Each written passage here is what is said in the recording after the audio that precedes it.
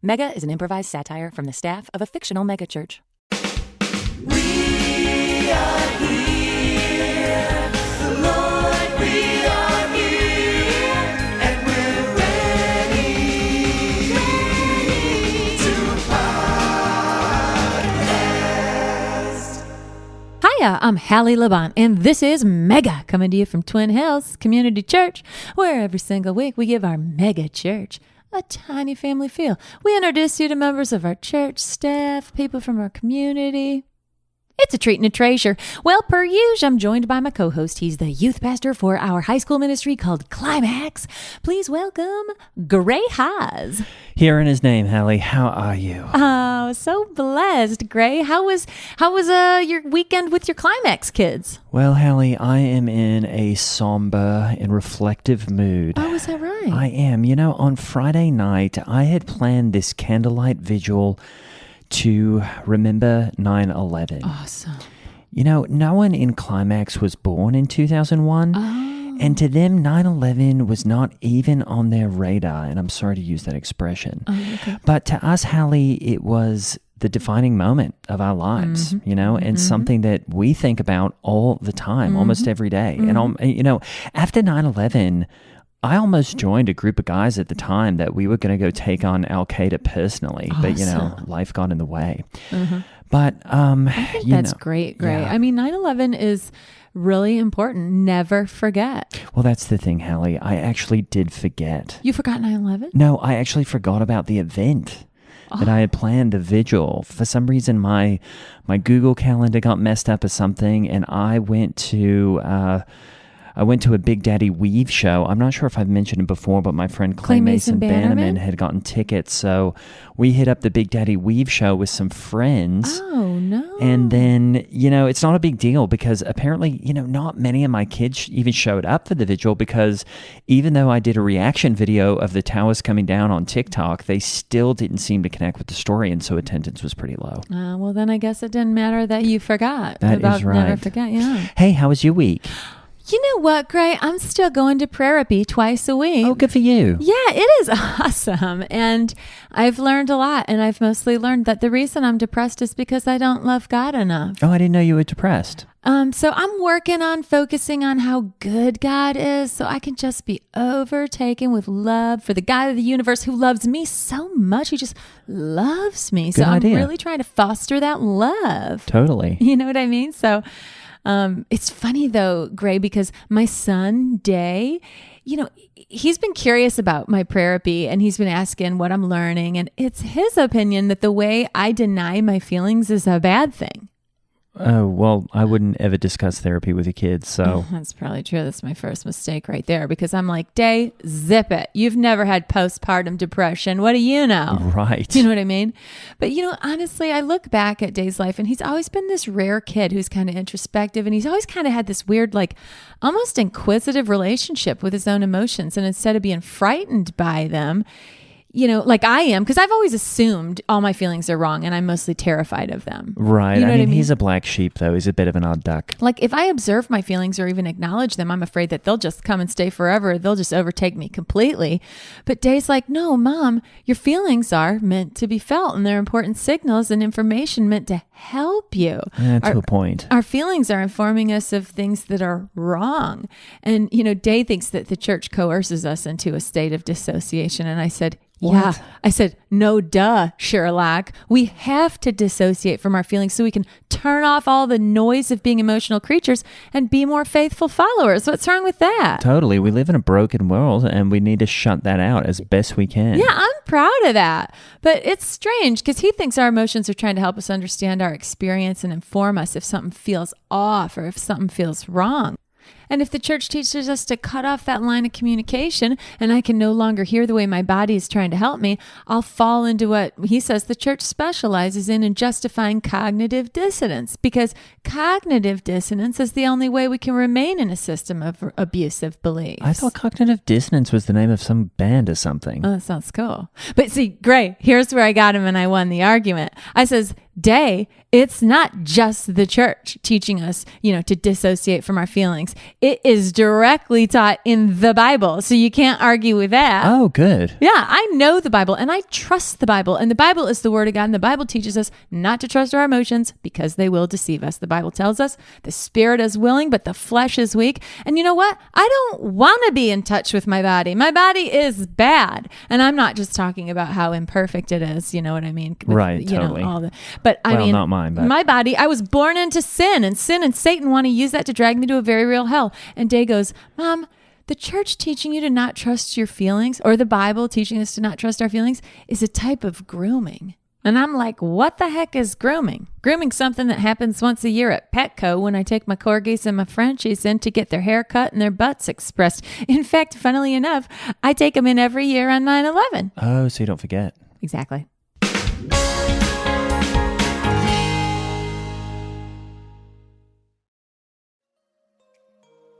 What's up, guys? It's Grey Haas. A lot of you have been saying you're just not feeling God's blessings in your life. Now, that's probably because you haven't been supporting the Patreon. Studies show that Patreon supporters receive blessings back 100-fold, and that their lives are anointed in a cornucopia of bounty. If any of those words sound good to you, head over to patreon.com/megathepodcast and join us.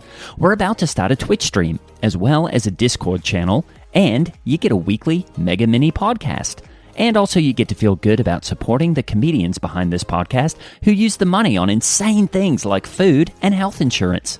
Jesus is knocking, and if you just need an evening to yourself, throw him $5 a month on Patreon. He's happy to wait on the front porch. Head to patreon.com/megathepodcast right now.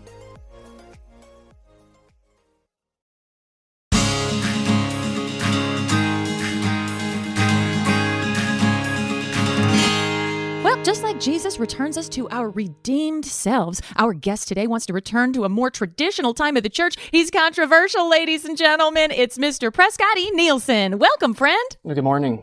Good morning. So happy we can finally have you on the pod. Well, pleased to be here. Thanks for having me. Hope you're feeling healthy. Hope everything is thumbs up on your end. Everything is great, Yeah, and I'm a bit curious. What is that sort of leather book that you've got there with you? This is my notebook. If I have ideas for prayer or song or general fellowship ideas, this is everything. This is a very valuable piece of literature to me. Well, yeah, leather bound, I'd say so. That's right. And I mean, you have been quite the name lately because, as I understand it, you have really been lobbying for a new service, a more traditional type of, I guess, like hymns or something service. And we wanted to have you on because, you know, I don't know, that just seems so, you know, it's not really the Twin Hills vibe, if you know what I mean. Well, I feel like around 20 years ago, there was a fork in the road when it came to service and serving the Lord and practicing and gathering with other Christian men, women, and children. And I think that a left turn was taken in how we approach a church service. We've gone into a guitar-focused, a drum-focused, open palm, reach to the heavens type service. Raising a roof. And I want to see if we can pull the roof back down a little bit, create a little bit more shade, take the beams and lower them just a little bit so that we can get to a traditional place where a lot of people, not just myself, but a lot of people feel more comfortable. Huh. Okay. Wow, in a more classical, churchy church, kind of like stained glass and hymn books and all that? Stained glass, hymn books, suits. We need to get back to dressing up to go to church. Women in dresses, kids in shirts with buttons, neckties, belts. Ooh, vests? I like a kid in a vest. I think a kid in a vest is okay. An adult in a vest might be a little too goofy. Okay. Like maybe you're in a Western or something, like barkeep, pour me a whiskey. That's a costume piece for an adult, but for a child, it might be appropriate for a church service. And I'm not against what you do, but I want to know what made you decide that this is how you want to worship, that this is how you welcome the Holy Spirit into your life? Well, I guess, you know, I'm going to answer a question with a question, which is, you know, you've been a member here for a few years, and I guess my question is, why do you want to come to a place like Twin Hills that is really sort of branded on our idea of a contemporary church service, and you've kind of hung in there year after year and really want to change it into something that it isn't? Because there are a lot of sort of those boring churches that you're talking about around. several years ago, I went to the doctor. I wasn't feeling well. Oh, no. Oh, I'm sorry. It's better now. Thank you, though. And it was a summer. It was a hot summer. You all remember the summer of 2018. Oh, don't tell me about it. And I found myself overheating every day. Every day I was running a fever of about 102, 103 without any signs of illness. Oh. And I went to the doctor thinking maybe I had a flu of some kind. And he said, "You're overheating yourself." Oh. And so I looked up in the phone book all the churches, called all the churches in the area. I looked everywhere, long and far, for a church that had the best air conditioning. Oh, that is definitely us. Definitely. We keep it at 62. You have a cool sanctuary there, and I felt like I was welcome into that, and I appreciated that. And I feel like I said before, I'm not against what you do. I still feel like I can contribute, but I just wanted to participate and share what I feel church should be. Maybe you'll change someday. Maybe I will change someday. But I think us together, it can be a good pair. You don't want to be in a room with people that just agree with you, right? Well, I'm glad to hear that we cooled you down. You got to bring your core down to a good temp so that, your body can regulate itself. I remember hearing that Billy Graham's wife couldn't perspire, and you can die if you can't perspire. I didn't realize how important sweating was, and here I am trying to put aluminium in my armpits so I don't sweat. But if I may answer your question with an answer, the reason I'm so drawn to Twin Hills is, if I might take you on a little mental journey here for a second to like the Emmys or the Grammys or the Academy Awards. You got those big, beautiful rooms, and they're lit, and everyone looks so nice, and you got the lights changing and the host coming out and the music and the crystals, and it's just so compelling and powerful, and you feel like, wow, I'm a part of something. Something's happening. And when I first walked into Twin Hills, honest to God, it felt like I was at the Oscars. And I thought, now this is cool, because the world is looking around saying, what's cool, what's cool? We think Megan Thee Stallion's cool with the long nails and all this stuff. Well, Twin Hills comes along and goes, oh, you think that's cool? You like dripping crystals and spotlights and fog in the room? Well, guess what? Welcome home. And I just think, you know what? There are so many people who are like, you know what? Blood on the cross isn't very cool. You know what is cool? A drum fill in the middle of a praise song, or someone shredding on an electric guitar. And I just feel like if those types of cool, awesome things can point people to Christ, well, I'm in. That's all good. Here's what I want my church to be.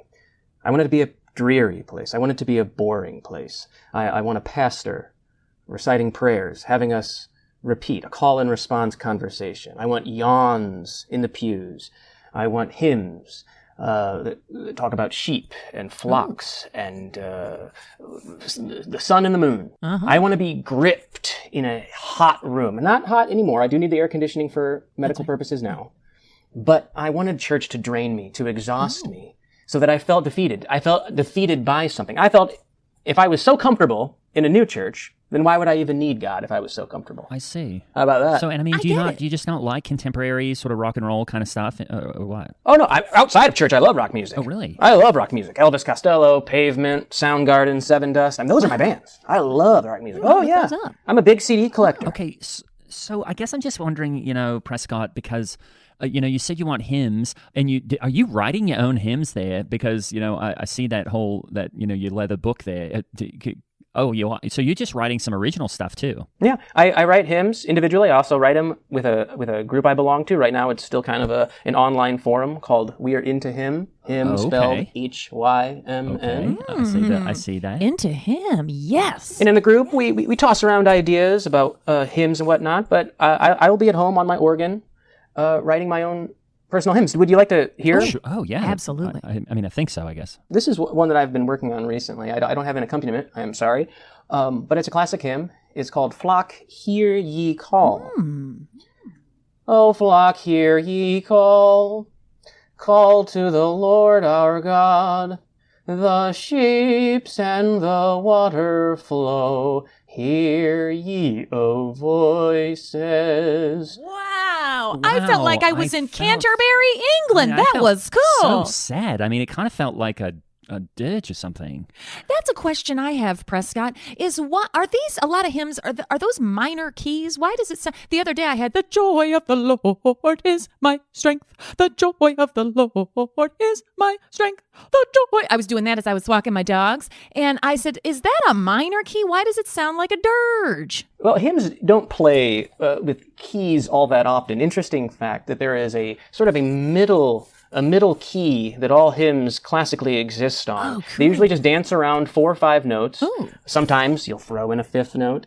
And I like to throw in a triplet at the end if I can. Okay. Oh, do you have an example of that in one of your originals? Yeah. So take for example the end of the coda on one hymn I wrote entitled "Jesus, Let Down Your Hair," where the final then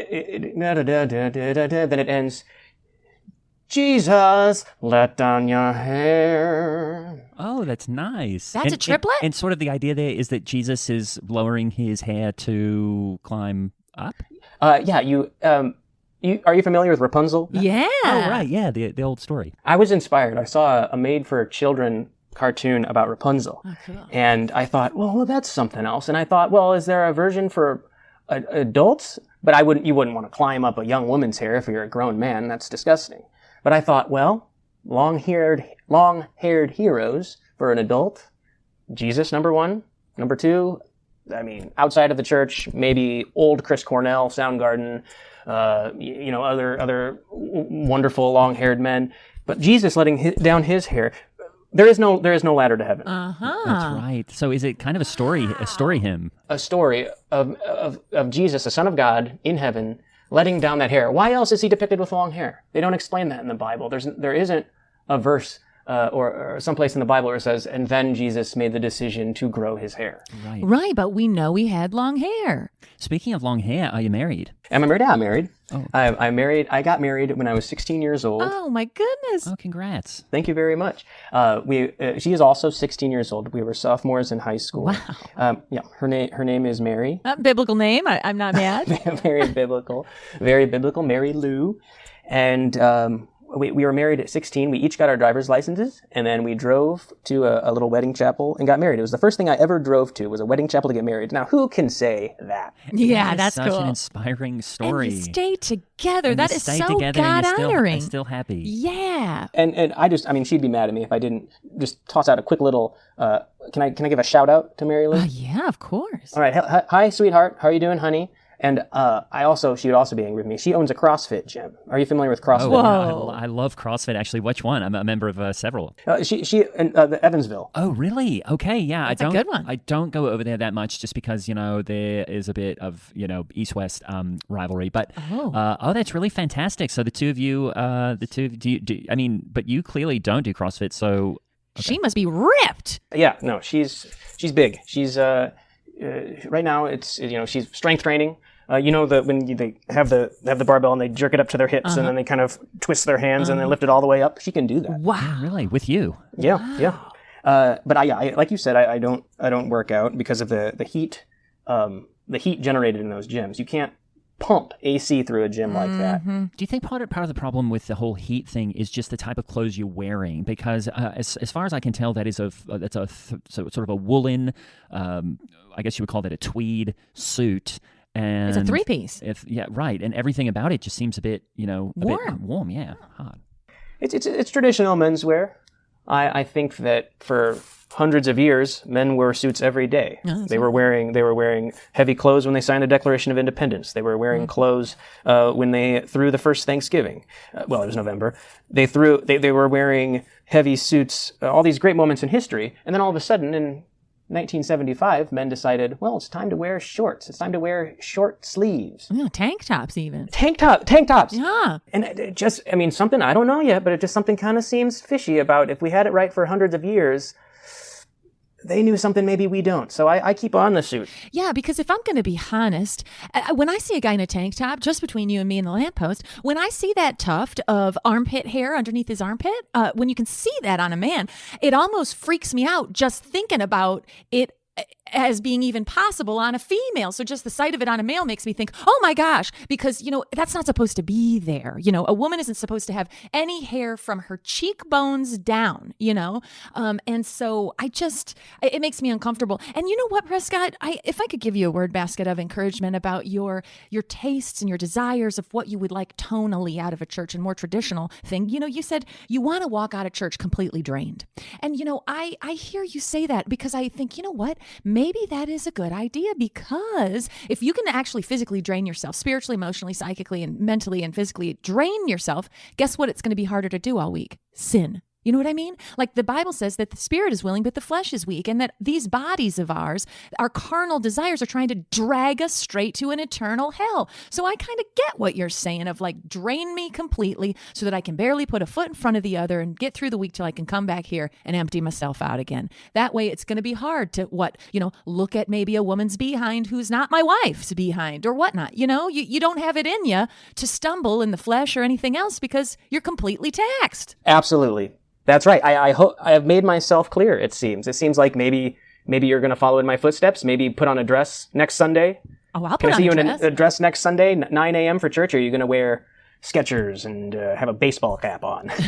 See, I follow what you're putting down. And to be honest, Prescott, maybe you could lobby with church leadership to start a more traditional and conservative service over in the chapel on the far end of the campus. We have that nice chapel. I know a lot of times we put the Spanish-speaking services in there, but we could kick them out and we could put stained glass in and get incense and candles if you want and old hymn books, and we could get a traditional organ and a piano, and we could really put on a show. That sounds fascinating. That sounds wonderful. I mean, I would love to even bring some of my hymns. Maybe I could bring my hymnal that my new hymnal is going to drop in the next couple of months, and maybe we can kick off sort of a small traditional service with brand new but old sounding hymns. I guess my question is about these sort of older things is it just seems like sometimes you are overcompensating for something that is, I guess what I would just say is, with a contemporary service, what you see is what you get. There's no artifice. It's just modern, cool, in your face, up front. But a lot of times with these sort of older things, it seems like they're hiding kind of like with all this kind of darkness or whatever. I can't really put a finger on it. Something underneath. What's it all hiding? You know what I mean?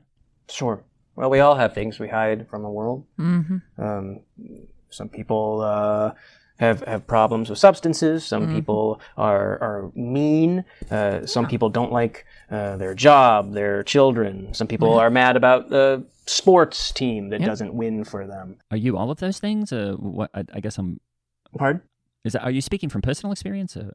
Oh, I don't know. I don't know. There are times I don't like my family, and I know they'll be listening to this. I've already promised my wife the shout out. She's going to listen to it no matter what, guaranteed. But yeah, sometimes, if it's a nice day outside and I feel like going for a walk and she has to go train a couple people at the gym, yeah, I can say for a few moments I hate her. I find my way back to the love. Of course I do. And hate my job? Sure. Who doesn't hate their job sometimes? Do you think I want to wake up every morning and write hymns? Do you think I like writing hymns? Do you think I want to be writing hymns? I feel it's a necessity.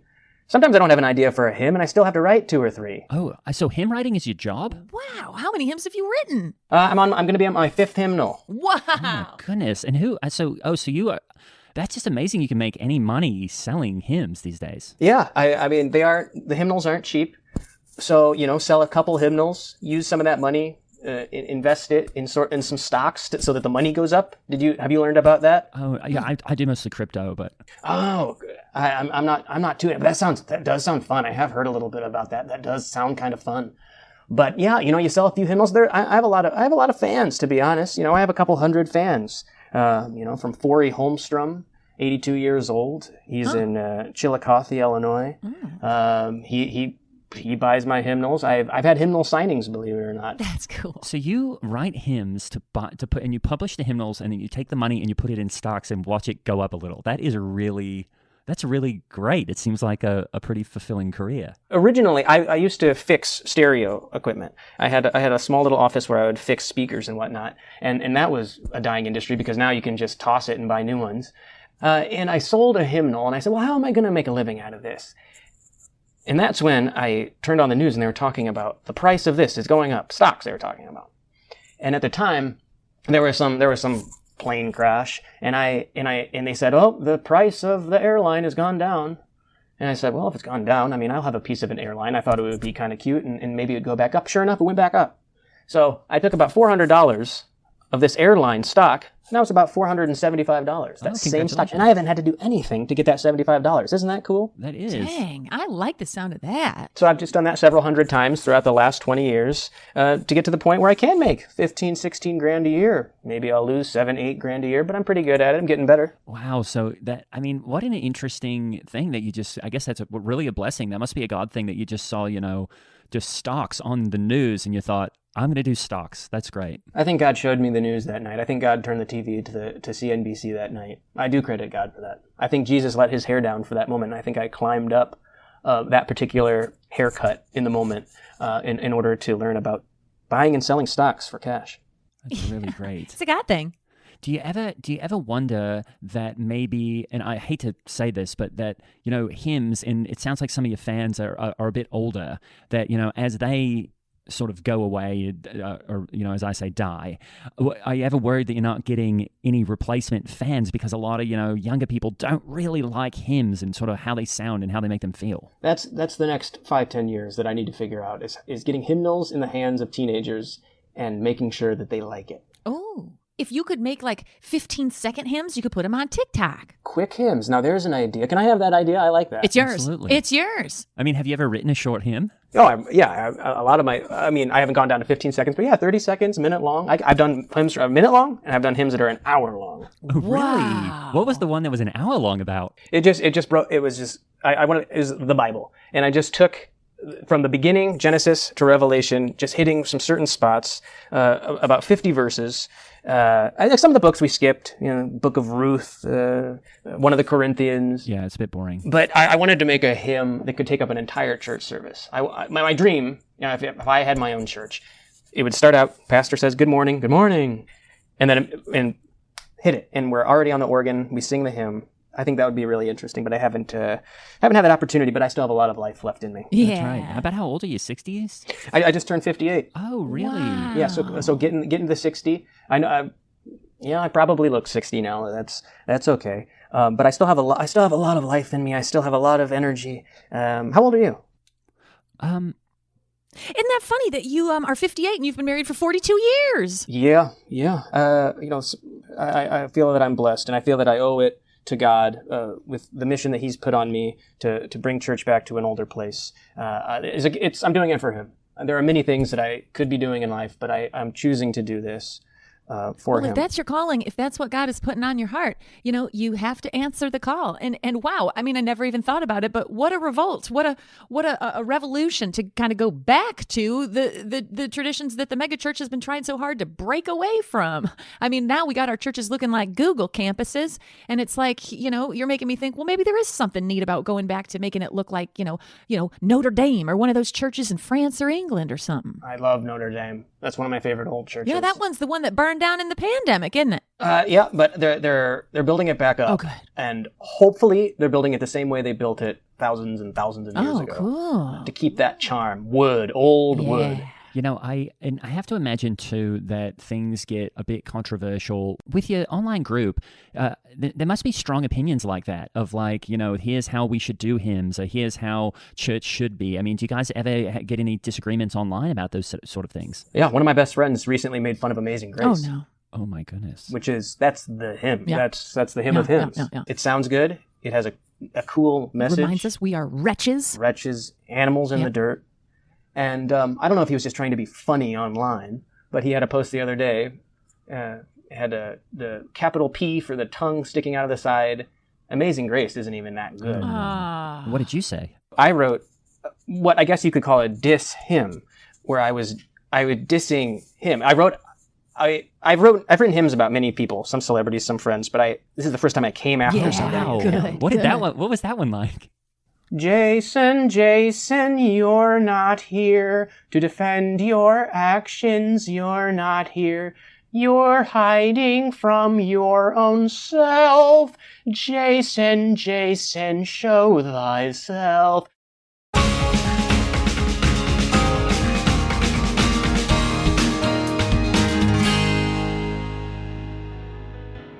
Prescott E. Nielsen was played by Scotty Nelson. Follow him on Twitter at Scotty Nelson, but use 5s instead of S's. It's in the show notes. He's great.